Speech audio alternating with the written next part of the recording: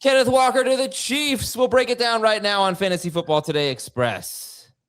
All right, Ken Walker going to a team that has been searching for a running back for a very long time. Since the Patrick Mahomes era began in 2018, they've basically had two good running backs for fantasy purposes. Kareem Hunt in 2018 and Isaiah Pacheco a few years ago. They have tried Le'Veon Bell. They have tried Clyde Edwards-Helaire. They have tried LaShawn McCoy. They have not had a lot of success running the ball. They are hoping that changes now with Ken Walker, 3-year deal worth up to $45 million. All right, give me, as of right now, give me a round. Where are you drafting Ken Walker, Heath? I am going to say it's likely round 3. I think I'll have him. I mean, I'm sure there will be some round 2 discussion on him, and the rest of the Chiefs' offseason will inform this take a little bit more. But I think borderline RB1, probably at the 2-3 turn. I think he'll end up being a high-end RB2. I would assume that the Chiefs will not make Walker their only running back, and they will split work. But I think he could be pretty good. I'm mildly optimistic, cautiously optimistic, that he'll have top 10 upside, and you can draft him at a RB 14, 15 price tag. That's a round 3 pick. Yeah, it's funny. It feels like Ken Walker's coming off this great season. He won Super Bowl MVP.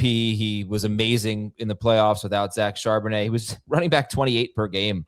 And in his career, he's been 17th per game, 21st per game, 12th per game, and 28th per game. When he was 12th per game in 2024, he averaged over 4 catches per game. Every other season of his career, he's averaged less than 2 catches per game. The good news is the Chiefs typically throw to their running backs more than the Seahawks do, except for that 1 year in 2024. But they don't run the ball a lot. They've been toward the bottom. They've been 25th or worse in running back carries in 7 of the last 8 seasons. Now, again, they just haven't had good running backs for the most part. But, yeah, I mean, I guess I felt like maybe people would be thinking first round, not me, but. Well, I think, like, as you talked about, Walker's upside has kind of remained the case for him for most of his career. Like, yeah, it's not actually as good as it could be, but think of what it could be. And then we saw what it could be in the fantasy play or in the NFL playoffs and in the Super Bowl. The problem with pushing him into round 1 consideration is you have to ignore the fact that multiple coaches have seen him as more of a part-time back and not a true workhorse. And the fact that the Chiefs in recent years have not really had any sort of workhorse running back. It's been a committee approach. And so if both of those things change, the Chiefs decide now we want to feature back and we're going to feature this guy who hasn't been used as a feature back by other teams or by other coaches, then yeah, Walker could return first round value. Mm-hmm. And he's been used in a feature back role only in partial seasons or a stretch. But actually his rookie year was really encouraging. He was a top 10 running back per game in his last 11 games. He started the year with Rashad Penny as a starting running back. Penny got hurt, and after that, Ken Walker was really good in 2022. Then he averaged 17.4 points per game in his first 6 games of 2023, but he's just never been able to do it really for a full season. So I don't know how much more we have to get into it. Dave, any more thoughts on this?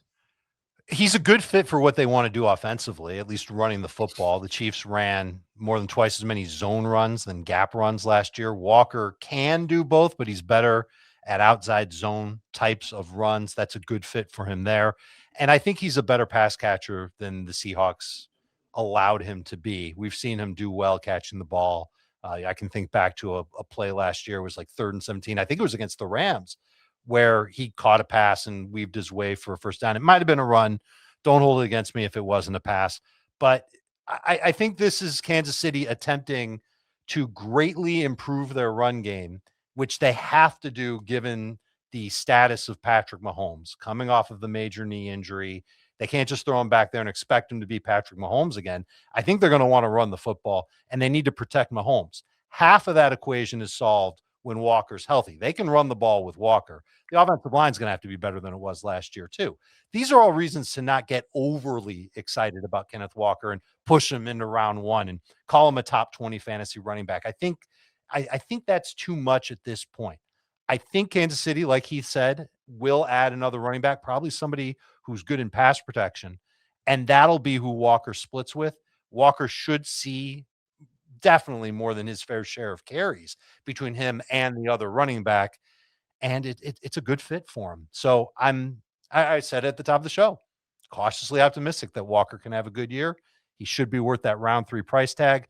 Easily ready to take him out of names like Breece Hall, DeAndre Swift, RJ Harvey, for now, Travion Henderson, for now, Quinshon Judkins. He's in that group for me with Derrick Henry and Kyron Williams. Running backs that you look at and you go, yeah, they can be RB1s, but I'd rather draft them as high-end RB2s. I think one of the keys in projecting Walker is going to be who that second running back is. Mm-hmm. One thing Seattle did not want to do with Kenneth Walker was give him the ball inside the 5-yard line.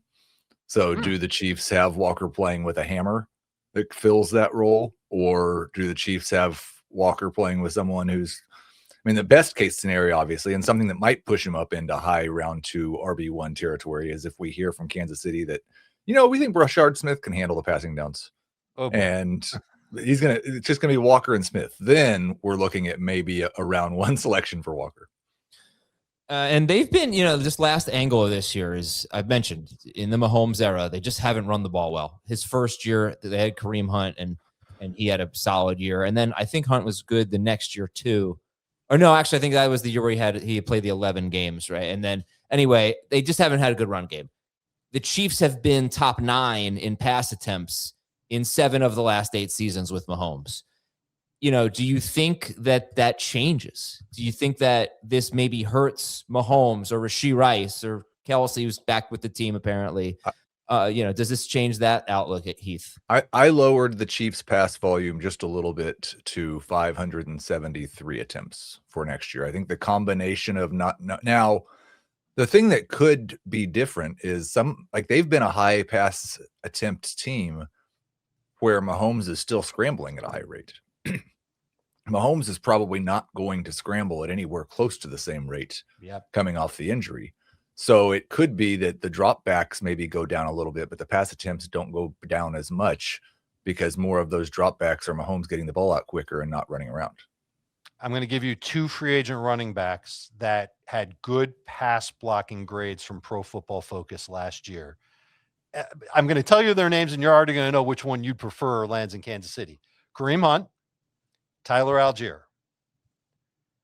Yeah, obviously we'd rather have. I don't love Kareem Hunt go back to Kansas City, but there's a chance that even Kareem Hunt could be that hammer that you talked about. Heath.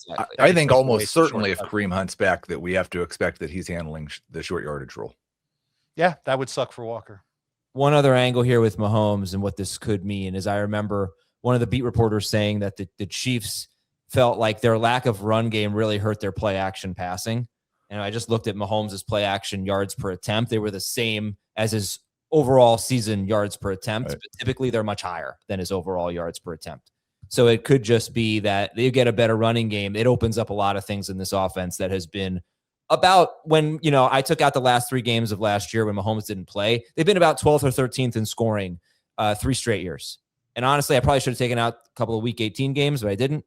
But bottom line is they've been above average, but not great 3 straight years. This could be something that elevates this offense back to a level that we have seen in the past. Maybe they need more talent at wide receiver. I don't know, but open up that play action passing game and maybe get some downfield. That's what I've been talking about. They've been so bad downfield. Maybe Ken Walker actually helps this.